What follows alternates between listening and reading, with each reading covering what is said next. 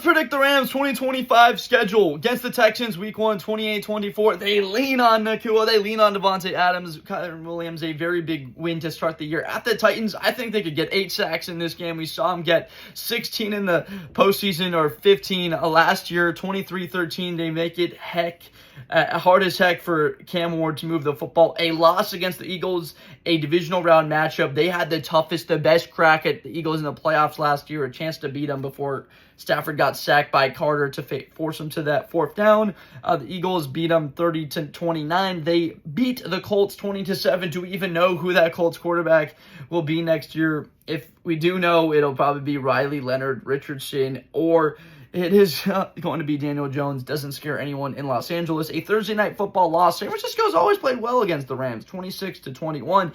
At Baltimore, a win, 34-29. Getting revenge against that game a couple years ago. It was that like 2019. It was very tough to beat Lamar Jackson. And then, of course, 2 years ago, that overtime loss. The Jaguars at Wembley Stadium, a win, 36-21 before the bye week hits. I've got the Rams competing for the NFC to win the conference this year, get to the Super Bowl, as well as maybe get the first round bye, which would be huge. A win against the Saints, 24-20, leaning on Jared Verse and Byron Young and company. And then at the Niners, 32-21, they get that win. Brock Purdy not able to be as effective as the previous matchup. Against the Seahawks, 33-14, they win. Keep the ball away from Nick Amenwori, please. Gray Zabel improves the interior offensive line. They're going to need it against Braden Fisk, absolutely. Then the Bucks on Sunday night, huge matchup. I've got Tampa as a team that can get to the NFC Championship next year.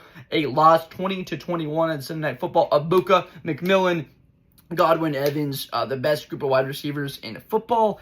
After that game, of course, we know how good Carolina is trying to be with their wide receivers with Xavier Legette and Tet McMillan. A win, 24-14. Just make it too much for Carolina to handle as a defense, as an offense. That's what the Rams are going to do a whole lot next year. At the Cardinals, find a way to limit Marvin Harrison Jr. Maybe they don't do so in that game. 20-17, a loss. They get revenge on the Lions from the loss at the beginning of last year and the wildcard round of the playoffs 2 years ago, 37-29. You could absolutely see them again in the playoffs with another playoff rematch. At Seattle, a loss, 22-24, but then they close out the division 34-17. They beat the Falcons on Monday night, and then the Cardinals 34-23 to be 12-5 on the year and win the NFC West, be in contention for the first seed in the conference. Let me know down below in the comments whether you agree with the Rams' schedule prediction.